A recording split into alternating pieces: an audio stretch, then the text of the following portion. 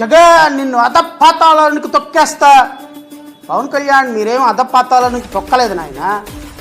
మాలాంటి వాళ్ళ స్వేదంతో రక్తంతో ఈరోజు మీరు 164 సీట్లకు అధికారం వచ్చారు. మీరేం చించింది లేదు, పొడిచింది లేదు.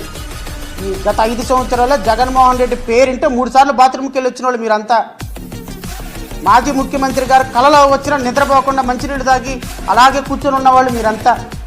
మీరు ఈ రోజున వచ్చి చొక్కాలు ఎగరేసి కాలాలు ఎగరేసి మాట్లాడుతున్నారు. ఏడ దాక్కున్నారు నాయన 5 సంవత్సరాలు మీరంతా. ఈరోజు మాట్లాడే వాళ్ళని తేడున్నారు 5 సంవత్సరాల క్రితం.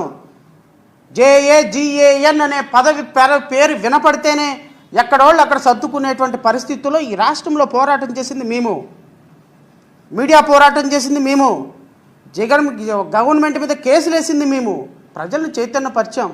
ప్రజలు ఇచ్చిన అధికారం. జగన్ తొక్కేస్తానంటే నీది అంత సీనేం లేదు ఇక్కడ. నిన్ను తొక్కకుండా చూసుకో. రేపు పిఠాపురంలో కాదు కదా, ఆంధ్రప్రదేశ్ రాష్ట్రంలో ఏ కాన్స్టిట్యున్సీలో నిలబడినా ప్రజలు నిన్ను ఓడించడానికి సిద్ధంగా ఉన్నారన్న విషయం మాత్రం గుర్తుపెట్టుకోండి. ఇంత అహంకారం పనికిరాదు నారా లోకేష్.